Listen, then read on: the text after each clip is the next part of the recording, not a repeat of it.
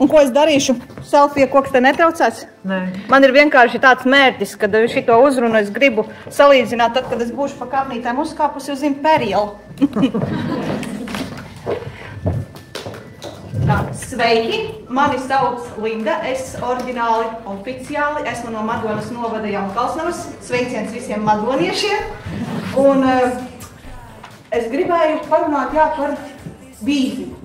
Es tad, kad ienācu šeit viesnīcā, es nebiju iztēlojusies, ka zāle būs šāda. Man bija citādāka vīzija, vai ne? Bet es zināju, ka es uz to tiekšos. Un kas notika? Man nācās no Jaunkalsnavas doties uz Pļaviņām, pēc tam no Pļaviņām uz Rīgu, un tad no Rīgas centra man nācās braukt uz viesnīcu. Man bija tas mērķis, kad es stiprināju ar solīšiem, vai ne? Man bija vīzija, ka es gribu nonākt viesnīcā. Un tāpat arī visiem jums. Visi, kas ieradās šeit viesnīcā, jums bija vīzija, ka jūs nākat uz pasākumu. Bet kāds jums bija ceļš? Mums visiem viņš atšķirās. Tur nav vienāda ceļa, pilnīgi nevienam. Un tas ir tikai iesākums, bet es arī pieminēšu, kāpēc tad ir tas ātrums. Es īstenībā esmu paķērusi ļoti lielu šoku. Es paskatījos kalendārā, ir 27. septembris. Neticēsiet, bet 27. septembrī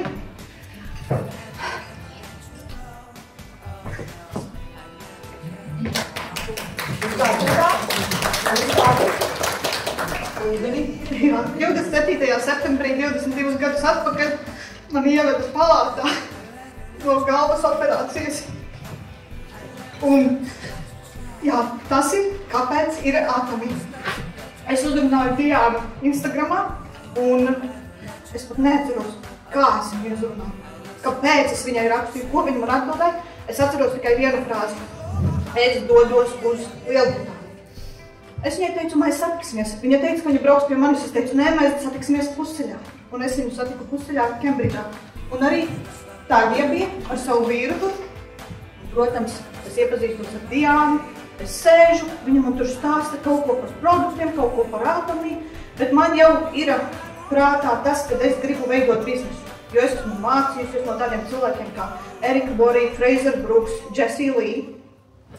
Un tad, kad Diāna sāka stāstīt par sevi, jo tas bija tas, kas man interesē. Tajā momentā, kad viņa pateica, ka viņa ir strādājusi integratīvās onkoloģijas jomā, vispār neko neatceros, ko viņa tālāk stāstīja par produktiem, par biznesu, jo man radās uzticība tieši viņai, kā personi. Jo tā ir man tuva tēma, jo tu rēķinies tad, kad jau tev galvā ir audzējis, tā ir onkoloģija.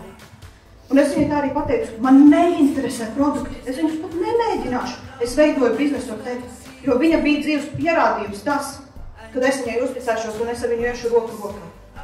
Un es neesmu padevusies. Un pagājušajā gadā bija pirmā iepazīšanās ar ātomiju cilvēkiem.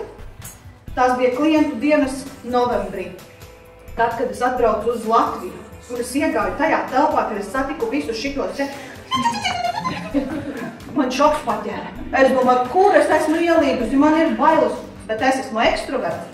Es esmu cilvēks, kurš var komunicēt ar cilvēkiem. Tajā momentā man likās, ka es esmu introverts. Man gribējās vienkārši palīdz zem galda un noslēpties. Nerunājiet ar mani, neprasiet man neko. Un Māra mani izaicināja, jo es satiku pirmo reizi, viņa saka, Linda, aizej izdari to, Linda, aizej izdari šito.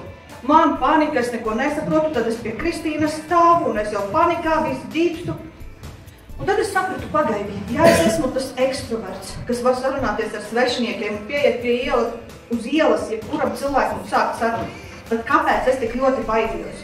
Es sapratu, tad laikam es esmu tas cilvēks, kas ir ambiverts, kad es esmu starp, bet es nepadevos. Man nebija tā, kad es šito nevaru darīt, es to nedarīšu, tas ir ārpus komforta zonas. Jā, tas bija ļoti ārpus komforta zonas, jo es biju pieradusi dzīvot viena pati, nevienam acīs nerādīties, neviens mani neredz, neviens mani nedzird.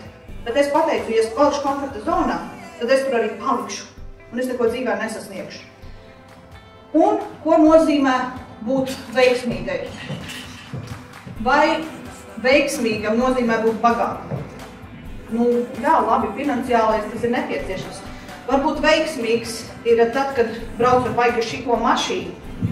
Labi, jā. Tas ir krūti.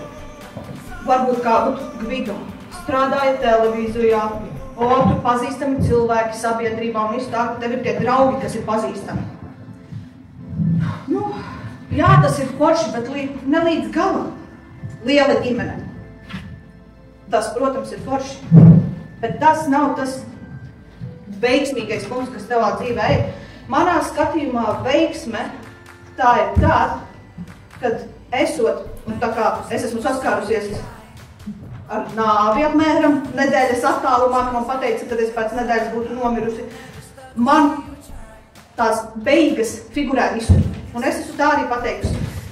Tajā momentā, kad es būšu uz tās gultas vai tā beņķīša beigās, es būšu gatava, čau dieviņ, es nāku pie tevis. Ja es spēšu pateikt to, kad es esmu nodzīvojusi dzīvi pilnvērtīgi priekš sevis, tad es būšu veiksmīga. Tad, kad es būšu palīdzējuši citiem, tad, kad es iedvesmošu citus. Un tas ir arī mans mērķis, tā ir mana vīzija, uz kuru es tiecu, un es esmu neatlaidīga. Kā es to sasniegšu, es nezinu. Es vienkārši eju un daru. Man tagad ir pirmā reize, kad es vispār runāju cilvēku priekšā, kā tādam. Vai es zināju, kā es to izdarīšu? Nezināju. Es šodien 5:30 sēdēju uz beņķīša parkā ar lapelītēm, kas man tur stāv, un rakstīju, par ko es runāšu. Un tā bija mana vīzija, ka es gribu šeit stāvēt un runāt. Kā es to izdarīšu? Es nezinu, bet man bija neatlaidība. Man bija neatlaidība tas, ka es piecēlos tajos 5:30. Gāju uz to parku, sēdēju, skatījos uz baložiem, kuri tur gulēja, un rakstīju savu lapiņu. Un es visiem novēlu to, kad ejiet ārā no komforta zonas, jo beigās, tad, kad jūs sēdēsiet un teiksiet, dieviņ, es esmu gatavs, vai jūs tiešām pateiksiet, ka jūs esat piepildījuši savu dzīvi, vai jūs esat strādājuši priekš kāda cita, padarījis viņu dzīvi labāku, devis iespēju viņiem aizbraukt ceļojumā, vai to darījuši priekš sevis paši, jo viss sākas ar jums. Jums ir jātic sev, jo neviens cits neticēs vairāk kā jūs paši. Tā kā es novēlu jums visiem izdarīt to, ko jūs vēlaties un sasniegt savus mērķus, jo es jums visiem ticu.